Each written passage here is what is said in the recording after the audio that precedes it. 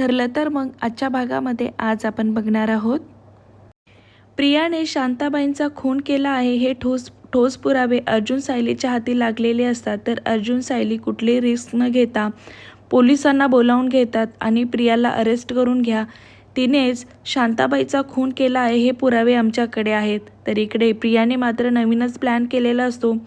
प्रिया विचार करते, माझ्या विरोधात सर्व काही पुरावे त्यांना सापडले आहेत. इथून मला पळून गेल्याशिवाय कुठलाही मार्ग नाही. काही करून मला इथून पळ काढावेच लागेल. रात्रीच्या वेळी सर्व झोपलेली असताना इकडे प्रिया पळून जाण्याचा प्लॅन करते. ती फुल तयारीशी तोंडाला बांधते.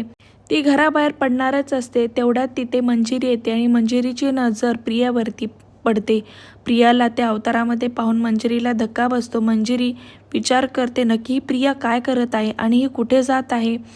तर प्रिया पळून जात आहे हे तिच्या लक्षात येते. त्याच वेळेला मंजिरी सायलीला कॉल करते. मंजिरी सायलीला म्हणते, अगं मी आत्ताच प्रियाला तुझ्या घराबाहेर पाहिले, ती पळून जात आहे बहुतेक.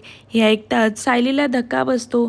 तर अर्जुन सायली परत एकदा रमाची मदत घेतात आणि रमाला म्हणतात, प्रिया पळून जात आहे. आईबाबांनी आम्हाला बाहेर जाण्यासाठी सक्त मना केला आहे.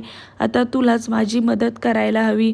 त्यावर रमा अर्जुन सायलीला म्हणते, तुम्ही अजिबात काळजी करू नका.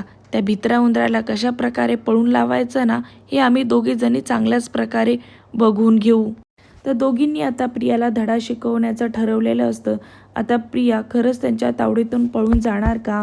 तर मंजिरी आणि रमा कशा प्रकारे तिला धडा शिकवणार आणि तिला पोलिसांच्या हवाली कशा प्रकारे करणार?